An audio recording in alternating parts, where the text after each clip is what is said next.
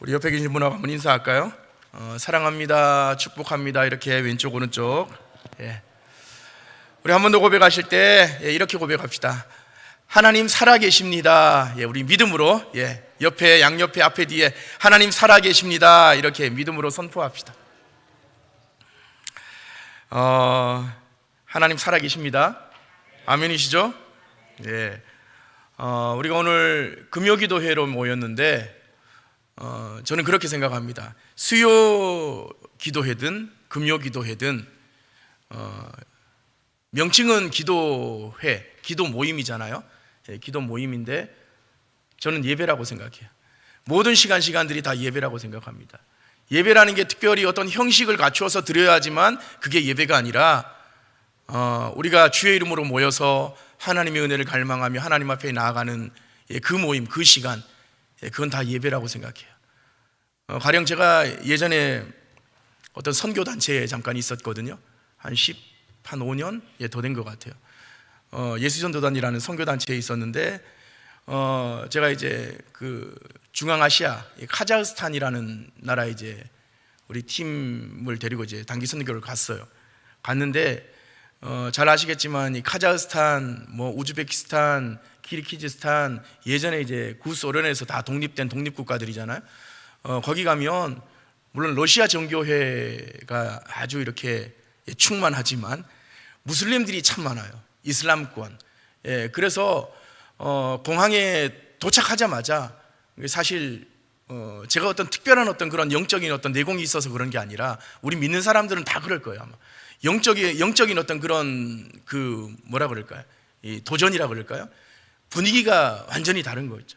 어떤 영적인 눌림이 확 그냥 느껴져요.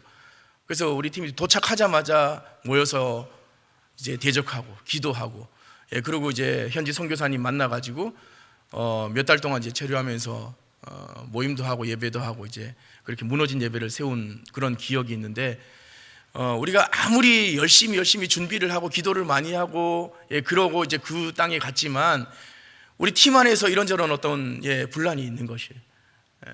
그래서 제가 그때 팀 리더였는데 제가 어떻게 했냐면 한 사람 한 사람 불러놓고 이렇게 권면하기보다 그냥 예배했어요. 같이 예배하고, 그리고 따로 이제 각자의 시간을 주면서 각자 예배해라. 흩어져서 어떤 식으로 예배를 하든지 간에 각자 예배하자. 하나님을 예배하자. 저 역시 마찬가지. 제가 따로 이렇게 좀 거리를 두고 한켠에 구석에 이렇게 와서 저는 이제 기타가 있었으니까 기타를 혼자 치면서 찬양 많이도 안 했던 것 같아요. 찬양 한 2곡, 3곡, 그거 가지고 혼자 한 2시간, 3시간 정도를 그냥 찬양하다가 기도하다가 또 눈물 펑펑 흘리면서 하나님과 이제 교제하다가 그랬던 기억이 납니다. 저는 그 예배라고 생각하거든요. 개개인이 그렇게 하나님께 아무런 형식 없이 그렇게 나아가지만 우리가 하나님께 초점을 맞춰서 우리의 마음 중심을 드리고 그렇게 나아갈 때 형식에 묶여있지 않은 정말 영과 진리로 드리는 예배, 성령 안에서 예수 그리스도의 그 복음, 예수 그리스도를 붙잡고 그 예수 그리스도의 그 공로 힘입어서 하나님의 은혜 가운데 나아갈 때 하나님께서는 우리를 실제적으로 만나주시고 또 말씀해 주시고 하나님의 그 놀라운 은혜를 부어주시는 거죠. 저는 오늘 예배도 동일하게 그런 예배가 되었으면 좋겠다라는 마음이 있습니다. 제가 금요기도회 때 몇 번 이렇게 많은 물소리 우리 지체들하고 함께 이렇게 예배를 했잖아요. 그래서 그런 게 아니라 저는 많은 물소리 앞에서 이렇게 찬양할 때마다 정말 귀하다 그런 생각이 들어요. 물론 우리 교회 많은 어떤 찬양대, 찬양단 이렇게 많지만 많은 물소리 참 좋아합니다. 애착이 가고 한 사람 한 사람이, 제가 그래서 뒤에서 이제 같이 예배하면서 속으로 그렇게 기도해요. 하나님, 앞에서 저렇게 예배에 성공해서 저렇게 예배를 섬기는 우리 찬양단, 우리 한 분 한 분, 한 사람 한 사람이 정말로 하나님께 신실하게 예배드리는 그런 예배자들 되었으면 좋겠습니다. 성령께서 그렇게 기름 부어 주시옵소서. 여러분 그거 아세요? 우리가 이렇게 공동체로 하나님께 이제 나아가잖아요. 주일이 되면 1부 예배, 2부 예배, 오후 예배, 우리 금요기도에 제가 예배라고 말씀을 드렸어요. 여러분이 동의하시든 동의 안 하시든 저는 그렇게 믿고 그렇게 예배할 거예요. 어쨌든 우리가 공동체적으로 이렇게 하나님 앞에 나아가는데 여러분 그거 아세요? 어떤 사람은 그 예배 가운데 하나님의 그 놀라운 은혜를 경험하고 하나님의 음성을 듣는가 하면 그 모임 가운데 똑같은 자리에 똑같은 시간에 있지만 어떤 사람은 그냥 냉랭한 가슴 그대로 1시간, 2시간 앉아있다가 그냥 돌아가는 그런 사람이 있어요. 여러분 왜 그런지 아세요? 하나님의 은혜는 동일하게 임합니다. 하나님의 은혜는 지금 이 시간에도 동일하게 임하고 동일하게 개개인에게 말씀하셔요. 그런데 내 마음 중심이 지금 순전한 마음으로, 어린아이와 같이 순전한 마음으로, 아까 전에 무슨 일이 있었던, 어저께 무슨 일이 있었던 그거 일단 접어두고 내가 지금 이 시간에 충실한 거예요. 이 시간에 하나님만 바라보는 거죠. 그렇게 내 마음 중심을 하나님께 드리고 정말 갈급한 심령으로, 주의 은혜를 사모하는 심령으로 그렇게 나아간다면 저는 믿어요. 하나님께서 그 심령 가운데 반드시 말씀해 주신다라는 거. 오늘 이 저녁에도 저는 그렇게 기도하고 지금 단 위에 올라왔어요. 하나님, 이 저녁에 이 좋은 날, 불타는 금요일이라고 지금 사람들이 이 금요일 저녁에 얼마나 더우니까 얼마나 좋은데 이렇게 많이 갑니까? 그런데 그런 거 다 마다하고 지금 주님 전에 나온 거잖아요. 사모하는 마음으로 나온 거잖아요. 저는 그렇게 알거든요. 하나님, 한 사람도 소외됨이 없이 이 저녁에 하나님의 음성 듣게 해 주시옵소서. 한 사람도 소외됨이 없이 이 저녁에 하나님께서 말씀하시는 그 음성 하나님 꼭 듣게 해 주시옵소서. 제가 그렇게 기도하고 올라왔어요. 여러분 가운데 어떤 삶의 문제가 있든지 간에 이 저녁에 우리가 어린아이와 같이 그냥 순전한 마음으로, 하나님, 내 안에 이런 마음이 있습니다, 이런 삶의 문제가 있습니다, 하나님께 내어놓으면 하나님께서 들으실 것이에요. 하나님께서 감동해 주실 것입니다. 오늘 본문 말씀은 제가 지난주에 하나님 금요 기도회 때 제가 어떤 말씀을 가지고 또 나눌까요? 이렇게 이제 잠잠히 하나님 앞에 나아갔을 때 모래에서 하나님께서 탁 떠오르게 해주신 그 말씀. 그래서 뭐 새벽 기도처럼 이렇게 강해식으로 제가 하지는 않을 거예요. 그냥 이 말씀을 토대로 해서 하나님 주신 마음을 좀 나누고 싶습니다. 제목은 제가 하나님의 구원을 보라 이렇게 지어봤어요. 여러분, 이 성경이 전부 다 66권이잖아요. 창세기부터 요한계시록까지. 창세기부터 이 요한계시록까지 이제 우리가 보는 이 성경 66권 전부 다 정말 중요하죠. 성경이니까. 어느 것 하나 중요하지 않은 그런 성경이 없죠. 왜냐하면 이 성경은 66권 모든 성경이 다 각 권이, 창세기부터 신약 그 요한계시록까지 각 권이 다 물론 기록된 어떤 상황이나 배경이나 시점이 다 다르지만 그 스토리도 다 제각기예요. 상황이 다르고 시대가 다르니까 다 제각기지만 오직 하나의 주제로 귀결되기 때문에 창세기도 요한계시록도 오직 한 가지 주제, 그 주제가 뭐냐? 바로 예수 그리스도입니다. 예수 그리스도, 맞죠? 그래서 구약은 오실 메시아에 대해서 증거하고 있고 신약은 오신 메시아에 대해서 증거한다. 보통 사람들이 그렇게 말씀들을 많이 하잖아요. 그러니까 성경은 예수님이 우리를 얼마나 사랑하시는지, 예수님이 여러분 한 사람 한 사람을 얼마나 귀하게 여기시고 사랑하시는지, 이 죄로 인해서 죽을 수밖에 없었던, 하나님의 진노로 죽을 수밖에 없었던 그런 우리 인간을 하나님께서 이 예수 그리스도를 통해서 우리를 어떻게 구원해 주셨는지, 그 놀라운 구원의 여정을 이 증거하면서 기록한 책이 바로 이 성경이기 때문에, 그래서 그 어느 것 하나 중요하지 않은 것이 없어요. 단 한 장만 있는 선지서 그 언저리에 그 본문도, 그 성경도 50장까지 있는 창세기나 40장까지 있는 출애굽기나 못지않게 너무너무 중요한 것이에요. 어느 것 하나 중요하지 않은 것이 없는 것이에요. 그런데 만일 성경 66권 중에서 특별히 중요한 성경을 고르라고 한다면, 누가 저한테 고르라고 한다면 저는 주저함 없이 모세오경을 꼽을 것입니다. 창세기, 출애굽기, 레위기, 민수기, 신명기, 창출, 레위, 신, 모세오경. 저는 성경 66권 중에서 이 모세오경이 제일 중요하다. 물론 다른 것도 다 중요해요. 오해하지 마시고 모세오경이 정말 중요하다. 저는 이렇게 말씀을 드리고 싶어요. 그래도 조금은 더 중요하다, 조금은 더 특별하다, 그렇게 말씀을 드리고 싶은 거예요. 왜냐하면 모세오경은 창세기, 출애굽기, 레위기, 민수기, 신명기, 이 모세오경은 성경 전체를 들여다보는 데 있어서, 그러니까 다른 성경들을 해석하는 데 있어서 정말 필요한 어떤 기준이 돼요. 기준이 되고 잣대가 되고 해석의 어떤 그런 모티브가 되는, 그래서 모세오경이 중요한 거예요. 성경을 해석하는 키워드, 열쇠가 되기 때문에 이 모세오경이 참 중요한 거죠. 그리고 이 모세오경 중에서도 또 특별히 창출, 레민신, 특별히 어떤 성경이 중요합니까? 다 중요해요. 다 중요한데 제가 오늘 본문을 출애굽기를 잡아서 그런 게 아니라 출애굽기, 정말 중요하다고 생각합니다. 출애굽기. 모세오경 중에서도 이 출애굽기는 정말 특별한 의미를 가져요. 왜냐하면 하나님의 구원을 직접적으로 드러내주고 있기 때문에 그래요. 하나님의 구원이라는 이 구속사적인 관점으로 보면 너무너무 중요한 게 이 출애굽기예요. 그리고 또 하나 뭐가 중요하냐면 이 출애굽기를 보면 다른 성경에는 없는 이 출애굽기에만 있는 아주 특별한 사건과 또 특별한 개념과 특별한 단어가 있기 때문에 그래서 이 출애굽기가 정말 중요하다. 다른 어떤 성경에도 없습니다. 출애굽기에만 있어요. 그러므로 출애굽기를 이해하지 못하면 사실 다른 성경에 나오는 수많은 이야기들, 그 이야기들의 진정한 의미를 사실 이해하기가 좀 힘들어요. 그래서 이 출애굽기를 바르고 정확하게 이해하는 것은 우리 성도들에게 있어, 신앙인들에게 있어서 굉장히 중요합니다. 그런데 안타깝게도 몇 가지 이유 때문에 이 출애굽기를 오해하는 그런 경우가 여러분 참 많다는 거 아세요?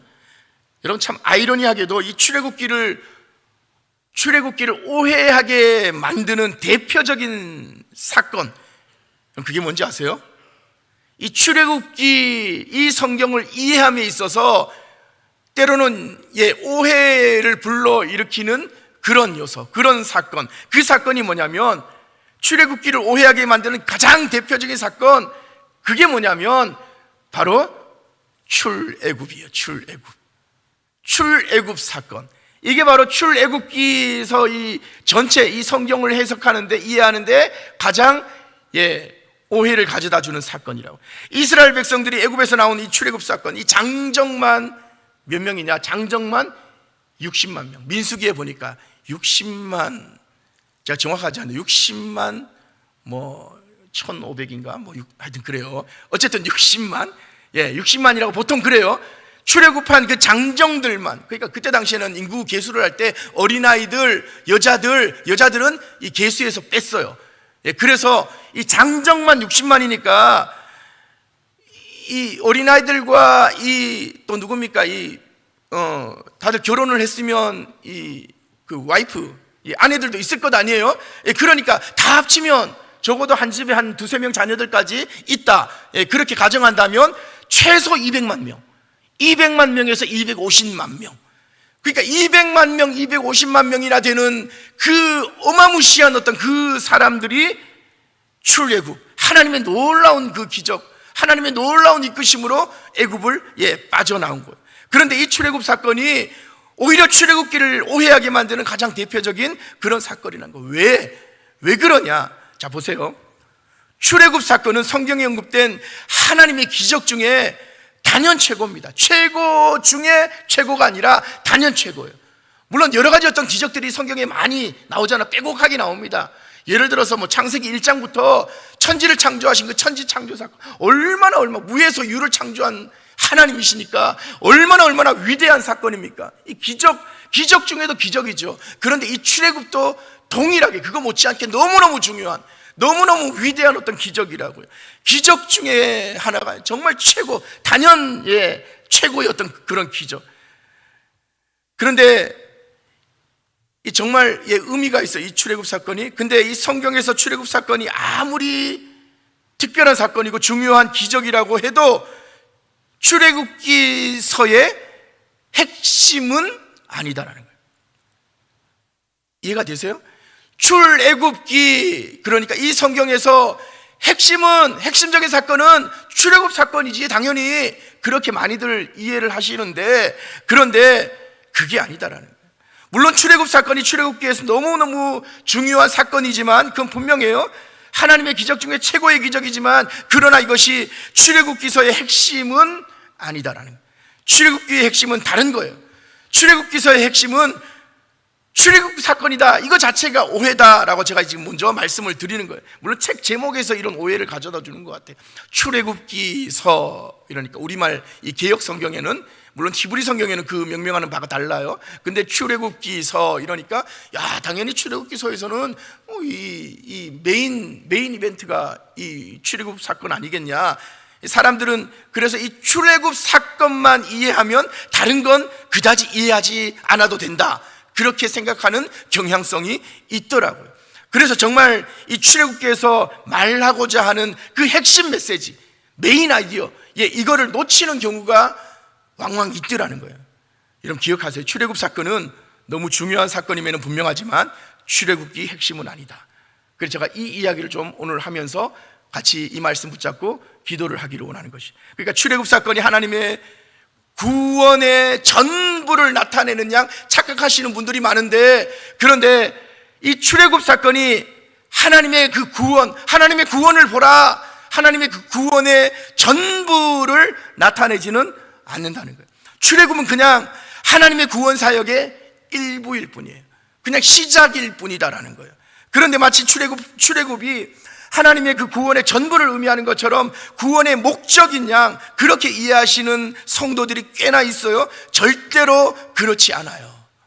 왜 그러냐면 제가 그거 설명하려고 그러는 거거든요. 여러분 출애굽 사건은 하나님의 구원, 즉 이스라엘을 향한 하나님의 구원에 있어서 일부입니다. 시작이에요. 그냥 프로세스, 과정일 뿐이에요. 그렇다면 하나님께서 이스라엘 백성들을 애굽에서 출애굽시킨 이유가 있을 것 아니에요. 구원하신 이유가 있을 것 아니에요. 그들을 출애굽시킨 이유가 뭘까? 그 이유가 뭐겠어요, 여러분? 출애굽기에 어떻게 보면 핵심이라면 핵심인데, 하나님께서 고통 가운데 부르짖는 그 이스라엘 백성들의 신음소리를 듣고 출애굽시키셨단 말이에요. 모세 한 사람을 세워서 모세를 통해서 그 신음 속에 있는 그 이스라엘 백성들을 출애굽시키셨어요. 근데 출애굽시킨 목적이 뭐냐라는 거예요. 그 목적이 뭐예요? 그들을 가나안 땅에 들어가게 하기 위해서. 너무 당연한 이야기라서 여러분 지금 반응을 안 하시는 거죠. 다 알고 있으니까. 뭐 이거 아동부에서나 하는 그런 이야기들을, 목사님 지금 금요기도회 때 이렇게 어른들을 앉혀놓고 이렇게 하고 계셔, 왜 그렇게 생각하시고 반응 안 하는 거죠? 그렇게 이해하시고, 하나님께서 이스라엘 백성들을 출애굽시키신 목적은 다른 거 아니에요. 거기에서 스탑, 거기에서 끝났어, 하나님의 구원 사역은 거기서 끝, 이게 아니라 더 있다고요.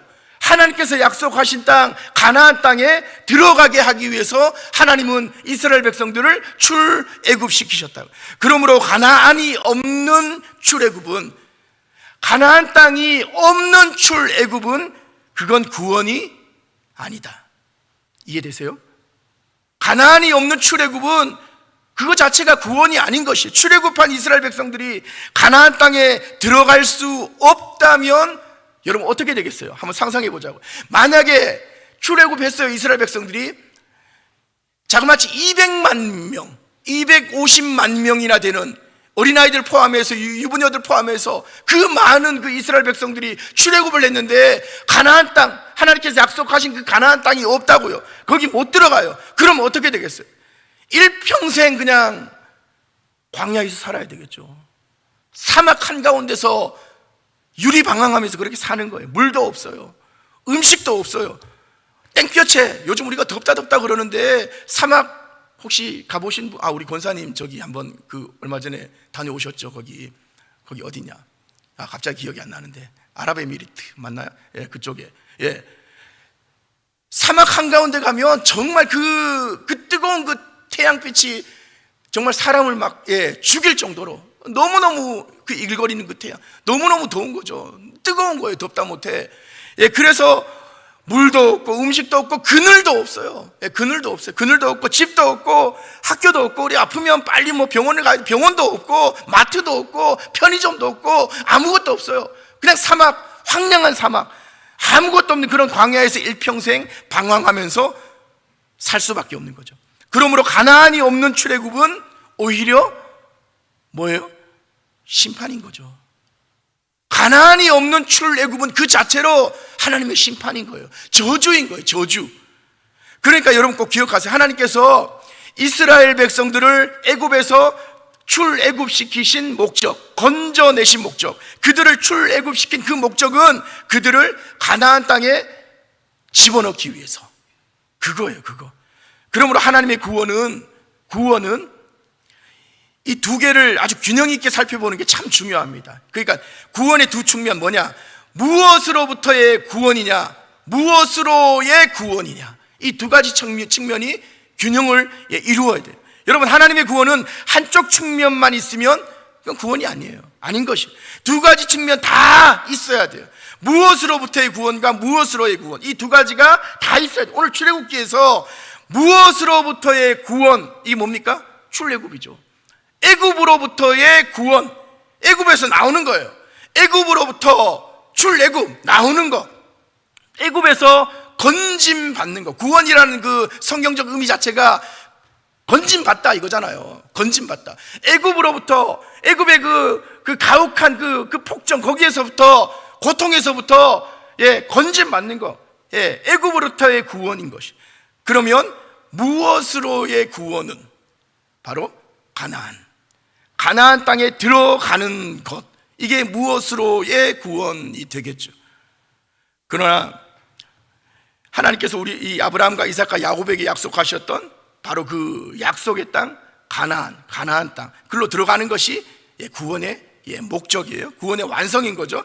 그래서 구원은 이 두 가지 측면을 균형 있게 살펴보는 게 정말 중요하다. 그렇다면 자, 이제 조금만 더 깊이 들어가 보겠습니다. 하나님께서는 그의 백성을 애굽에서 건져내기를 원하셨어요. 그래서 하나님의 때를 기다리셨습니다. 하나님은 그 때를 간절히 소원하셨어요. 왜냐하면 가나안 땅에 들어가게 하시려고, 그들로 가나안 땅에 들어가서 하나님의 은혜를 누리면서 살게 하시려고. 왜냐하면 하나님은 그의 백성을 가나안 땅에 들어가게 하심으로 거기에서 그들에게 주기를 원하셨던 그 무엇이 있었어요. 여러분, 하나님이 그의 백성 이스라엘을 가나안 땅에 집어넣으셔서 들어가게 하셔서 가나안 땅에 들어가게 하심으로 말미암아 그들에게 주기를 원하신 것, 그게 뭔지 아세요? 자꾸 질문해서 죄송해요. 반응도 없는데. 그게 뭐냐면 그것을 위해 그들을 출애굽시킨 거거든요. 그걸 위해서 그들을 가나안 땅에 집어넣은 거예요. 도대체 하나님께서 그의 백성 이스라엘을 가나안 땅에 집어넣으심으로 그 약속의 땅 가나안에서 그들에게 주기를 원하셨던 것, 그게 뭘까? 히브리서에서 이게 분명하게 나와요. 히브리서 기자가 분명하게 이야기해요. 3장 4장 나중에 히브리서 한번 묵상해 보시면 히브리서가 반복적으로 강조하는 거, 그게 바로 뭐냐? 안식입니다. 안식. 또 다른 말로 성경에 많이 나와요. 평안, 평강, 쉼, 평화, 다 똑같은 말이거든요, 원어적으로. 제가 근데 이 의미까지 여기서 설명하면 너무 길게 되니까 여러분 아마 집에 못 가실 것 같아요. 그래서 이거는 제가 아마 이번 주일날 제가 주일 설교를 한번 본문을 잡을까 싶기도 한데, 어쨌든 하나님께서 이들에게 주기를 원하셨던 것, 안식. 여러분, 하나님께서 그의 백성들에게 정말 간절히 주기를 원하셨던 것, 쉼입니다. 쉼. 편안해지는 것, 평온해지는 것, 안식, 평화. 하나님은 그의 백성 이스라엘이 무려 430년 동안이나 애굽에서 어떠한 삶을 이들이 살았는지, 얼마나 고통스럽게 살았는지, 얼마나 혹독한 세월을 견뎠는지 하나님께서는 그거를 아셨어요. 모진 핍박과 억압과 또 착취, 눈물과 고통과 짐승 못지않은, 아니 짐승 그 이상으로 아주 막 그냥 잠시도 쉴 틈이 없이 그냥 일만 하는 거죠. 모진 매를 맞으면서 허걱허걱대면서 그렇게 그런 모진 세월을 그들이 견뎌야 했는데 하나님 그걸 아셨어요. 내일에 대한 그 어떤 희망도 꿈도 꿀 수가 없었던 그런 상황, 무려 430년, 43일이 아니에요, 넉 달이 아니에요, 4년이 아니에요. 여러분, 43년이 아니라고요. 430년, 그러니까 우리 평생 동안 그런 혹독한 세월을 이들이 살아야만 했던 거예요. 하나님은 자신의 백성인 이스라엘이 애굽에서 어떤 삶을 살았는지 분명히 보았고 또 들었고 아셨어요. 그래서 그들은 정말 짐승처럼, 아니 짐승보다 더 못한 삶을 살았기 때문에 하루 한 시간도 쉼이 없는 삶, 안식이 없는 삶을 살았다라는 걸 하나님 당신의 눈으로 직접 본 것이, 그들의 그러한 삶을 하나님께서 아주 디테일하게 아셨다고요. 그래서 그들을 출애굽시킨 겁니다. 고통 중에 부르짖는 그들의 그 신음을 듣고 그들을 마침내 애굽에서 건져내신 거죠. 그 고통에서, 그 핍박에서, 그 지독한 외로움에서, 그 아픔에서 하나님께서 그걸 아시고 그들의 탄원을 들으시고 건져내신 거예요. 그런데 여러분, 그들이 이제 하나님의 그 놀라우신 은혜로 출애굽했어요. 애굽을 빠져나왔다고. 그래서 그들의 고통이 끝났느냐? 여러분 다 아시잖아요. 우리 출애굽기서 우리 많이 읽어보셨잖아요. 하나님께서 하나님의 은혜로 그들을 건져냈어요. 출애굽 시키셨다고요. 그래서 그들이 애굽을 나왔어요. 그래서 그들의 고통이 순식간에 그 즉시 끝이 났느냐? 고통에서, 모든 고통에서 그 순간 벗어났느냐? 아니요, 그렇지 않죠. 그들은 출애굽하자마자 어떻게 합니까? 광야에서, 아무것도 없는 그 광야에서 또 40년 동안 뺑뺑이를 놉니다. 방황을 하는 거예요. 이 광야에는 다시 말씀드리지만 아무것도 없어요. 물도 없고요, 그늘도 없고요, 음식도 없고요, 아무것도 없어요. 내 힘으로 어떻게 살아갈 수 없는, 게다가 주변 나라가, 주변 민족이 공격이라도 해오면 그걸 막아줄 어떤 성조차 없어요. 아무것도 없다. 그들을 보호해줄 아무 장치가 없어요. 산도 없고 숨을 곳이 없으니까 도망갈 데도 없어요. 그냥 완전히 그냥 노출되는 거예요. 위협 가운데 그냥 무방비 상태, 온갖 위험으로부터의, 그러니까 두려움과 전혀 쉴 곳이 없는 그 40년간의 그 방황. 하나님은 그의 백성이 무려 430년 동안 애굽에서, 그리고 애굽을 나와서 또 40년 동안 광야에서 어떤 삶을 살았는지, 그들이 얼마나 쉼 없는 삶을 살았는지, 얼마나 혹독한 세월을 그들이 견뎌야만 했는지 하나님께서는 아신다고요. 그래서 하나님 그의 백성들에게 주기를 원하시는 게 바로 안식이다, 쉼이다. 이제 됐다. 내 사랑하는 자녀들아, 이제 됐다. 이제 쉬어도 돼. 하나님께서 그렇게 말씀하시는 거예요. 하나님은 그렇게 평안한 안식을 그들에게 주기를 원하셨던 거예요. 그저 여기서 말하는 그 안식, 평안, 이게 그저 일이 없어서 그냥 이렇게 널브러져 있는 거, 쉬는 거, 그게 아니에요.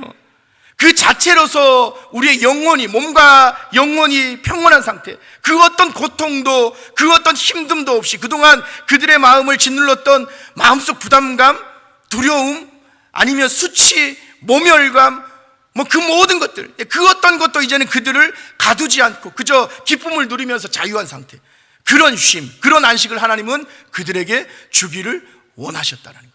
그런데 여러분, 그거 아십니까? 하나님께서 그 안식을 바로 지금 이 자리에 있는 오늘 저와 여러분에게도 주기를 원하신다는 사실, 여러분 그거 아세요?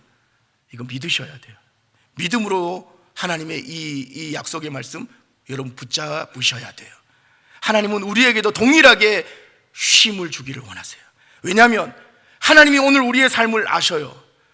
저는 여러분 개개인의 삶이 어떤지 모르죠. 물론 제가 구역장님들이나 소통하면서 그 집사님, 그 권사님, 그 장로님, 그 가정 요즘 어떻습니까? 이렇게 물어가지고 제가 캐치하고자 때로는 중보하고 기도하지만 세세하게 잘 모르잖아요. 어떤 아픔이 있는지, 어떤 고통 가운데 있는지, 어떤 고민 가운데 있는지, 어떤 삶의 문제를 막닥뜨리고 있는지, 그래서 얼마나 힘든 중에 있는지 사실 잘 모르잖아.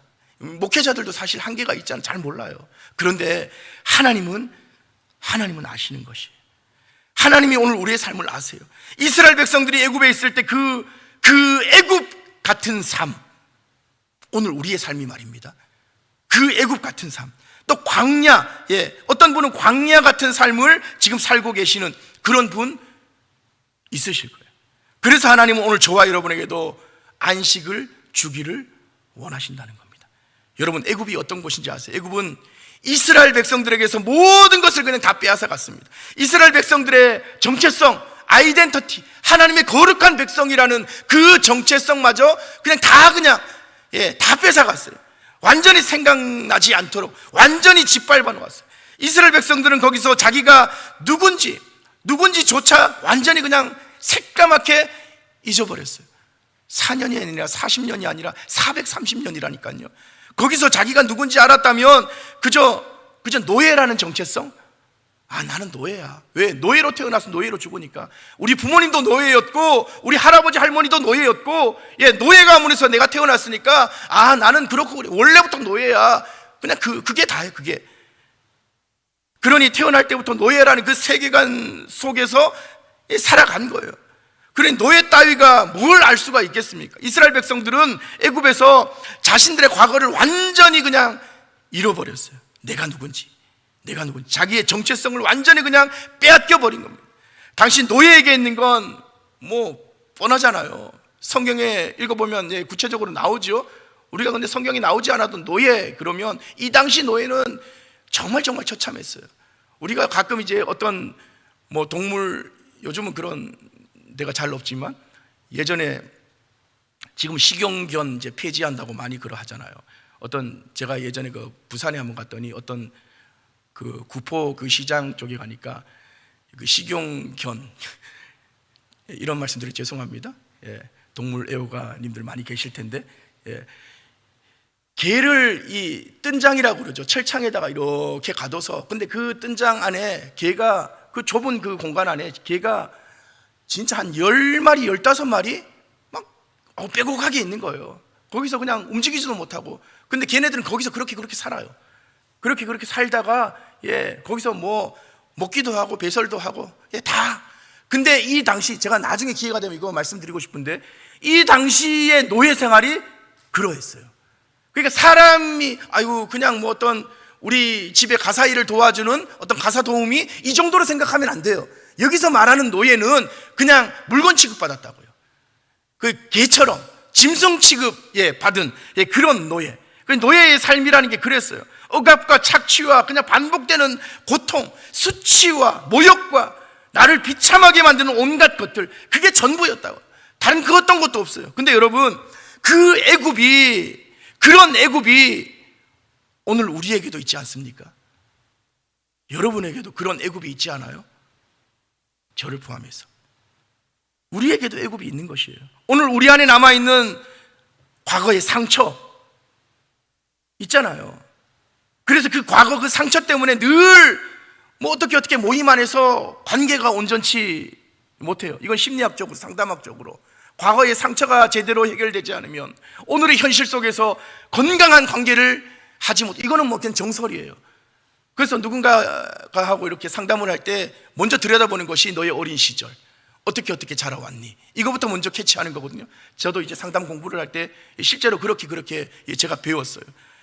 과거의 상처 때문에 늘 관계가 온전치 못한 사람, 공동체의 질서 안에서 권위자에게 잘 순종하지 못하는 사람, 그런 사람 있죠. 그런 사람은 정직하게 자신의 어떤 내면을 들여다보면 과거 상처 때문에 그래요. 과거의 상처가 있기 때문에. 자기가 그러려고 그러는 게 아니라 자기도 모르게 자기 안에 과거의 상처가 있기 때문에. 그래서 그런 경우가 대부분이에요. 또 사람에게 인정받으려고 날마다 치열하게 몸부림치며 사는 사람 있죠. 너무너무 힘든데도 불구하고 자기 몸을 혹사시키면서까지 막 그렇게 치열하게 사는, 인정받기 위해서 인정받아야 돼 이런 사람. 그래서 정직하지 못하게 이런저런 어떤 종종 그런 처세로 그렇게 일관하는 그런 사람들, 그런 사람을 보면 여기서 한 말이 다르고 또 저기서 한 말이 다르고 그런 경우도 그래 결국 낭패를 보잖아요. 내면이 성숙하지 못한 사람, 내면이 건강하지 못해서 그래. 과거의 상처 때문에. 또 하나님과의 관계 안에서 내가 하나님 앞으로 막 이렇게 조금 더 이렇게 다가가려고 그래도 그럴 때마다 자꾸만 내 발목을 잡는 게 있죠. 여러분 그럴 때 있잖아요. 그래서 머뭇 주저주저 할 때가 있잖아요.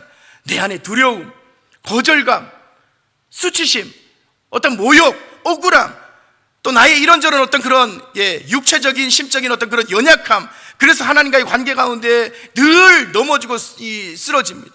나로 하여금 항상 넘어지게 하고 실패하게 만드는 또 어떤 나만의 어떤 그런 은밀한 죄, 여러분, 누구한테나 다 이런 어떤 류의 문제들이 있는 것이에요. 그래, 원래는 내가 이거 끊어야지, 이거 끊을 거야, 끊고 말 거야, 내가 원래는 이거 꼭 정리해야지, 이 더러운 죄 다시는 내가 이거 근처도 내가 못 오게 할 거야. 연초에 그렇게 결정하시잖아요. 그렇게 결단하시잖아요. 그러나 어떻습니까? 어김없이 그냥 죄 앞에서 무너지는 거죠. 완전히 그냥 무너집니다. 그러면 하나님의 자녀로서의 내 정체성이고 뭐고, 직분까지도, 내가 장로였는데, 권사였는데 그 직분은 그냥 온데간데 없고 그냥 다 순식간에 그냥 죄가 나를 집어삼켜요. 내 안에 쓴 뿌리, 과거의 상처로 인한, 거기에 묶여서 죄란 놈한테 판판이 넘어지고 쓰러지는 그런 인생들. 여러분, 나에게도 그렇고 그런 애굽이잖아요. 그런 애굽이 여러분 있지 않습니까? 이게 정직하게 뭐 누구 말할 것 없이 자기 자신을 한번 들여다보자고요. 저도 마찬가지. 말씀 준비하면 제가 다시 한번 제 내면을 들여다보는 그런 시간을 가졌는데, 자기만의 그런 애굽, 누구에게나 애굽이 있는 것이에요. 우리에게 있는 그 애굽, 우리를 묶고 가두고 날마다 죄에 굴복하게 만드는 애굽, 여러분 기억하세요? 하나님은 그의 백성에게 안식을 주길 원하십니다. 우리에게도 마찬가지. 하나님 우리에게 이제 안식 주기를 원하셔요. 근데 우리가 하나님 주신 그 놀라운 안식을 받기 위해서, 누리기 위해서, 맛보기 위해서 반드시 해야 될 게 있어요. 그게 뭐냐? 우리가 안식을 맛보기 전에 가장 먼저 해야 되는 것, 그건 바로 그 애굽에서 나오는 거예요. 나오는 거. 방금 제가 말씀드렸던 어떤 그런 류의 모든 그 애굽에서 빠져나오는 거라고요. 여러분, 제가 오늘 금요기도를 생각하면서 기도하는 중에 여러분과 어떤 말씀을 나누면 좋을까 묵상하는데, 하나님께서 오늘 본문 말씀을 제 마음속에 그냥 어느 순간 탁 하고 떠오르게 하셨거든요. 하나님이 우리에게 그토록 주길 원하시는 안식을 우리가 맛보기 위해서, 누리기 위해서는 우리가 가장 먼저 해야 되는 게 있는데, 그게 바로 애굽에서 나오는 것이다. 나와야 된다. 저는 사랑하는 우리 동부교회 성도님들이, 여러분의 애굽이 어떤 류의 애굽이든지 간에 여러분 그 애굽에서 나오셨으면 좋겠어요. 출애굽하세요. 하나님의 자녀로서 이제는 당당하게 그렇게 사시길 바랍니다. 하나님 그걸 원하셔요. 나의 발목을 붙잡고 있는 상처, 여러분 저주한다고 그 문제가 해결되지 않아요. 그만큼 저주하고 원망했으면 됐죠. 그런다고 해결되지 않습니다. 그런다고 우리 마음이 평안해지느냐? 그렇지 않아요. 절대로 그렇지 않아요. 그러니까 이젠 나오시기 바랍니다. 수치와 모욕과 상처와 아픔과 절망과 지독한 외로움, 그 모든 고통 속에서 여러분 나오세요. 나를 짓누르는 그 무엇, 내 마음을 시시때때로 요동하게 하고 번민하게 하는 그 대상, 그 사건, 여러분 거기에서 나오시기 바랍니다. 아무리 분노를 쏟아부어도 해결되지 않잖아요. 아무리 저주해도 해결되지 않아요. 여러분 언제까지 거기에 묶여 있으시겠습니까? 애굽에서 나와야 돼요. 자, 애굽에서 나왔어요. 그랬다면 이제 하나님이 내게 주신 약속의 땅 가나안을 바라보는 거예요. 그리고 그 가나안 땅을 향해서 한 걸음 한 걸음 나아가는 거죠. 이제 2024년 하반기 하나님께서 우리에게 주신 이 하루라는 시간을 살면서 과거에 있었던 모든 그 부정적인 것들로부터 벗어나기를 원하는 것이 곧 애굽에서 하나님께서 나오기를 원하시는 것이다. 사랑하는 여러분, 오늘 이 황금 같은 시간, 남들은 다 휴가다 뭐다 이 세상의 기쁨과 또 안락을 찾아서 떠나는 이 계절에, 특히 불금이잖아요. 이 불타는 금요일, 이 귀한 시간에 지금 이곳에서 하나님의 은혜를 갈망하며 함께 주님을 예배하는 오늘 저와 여러분, 오늘 누가 애굽에서 나오기를 결정하시겠습니까? 내 안에 있는 은밀한 죄, 늘 나를 넘어뜨리는 그 죄, 나만 아는 그 죄, 내가 그러면 안 되지, 내가 그래도 직분자인데 그러면 안 되지, 나로 늘 넘어지게 만드는 바로 그 죄, 나를 침륜에 빠지게 하는 내 안의 연약함, 여러분 거기서 나와야 돼요. 결론적으로 이것만 말씀드릴게요. 그런데 우리가 그 애굽에서 나와야 되는데 그것이 나의 힘으로, 나의 능으로, 나의 의지로 할 수 있느냐? 그럴 수 없죠.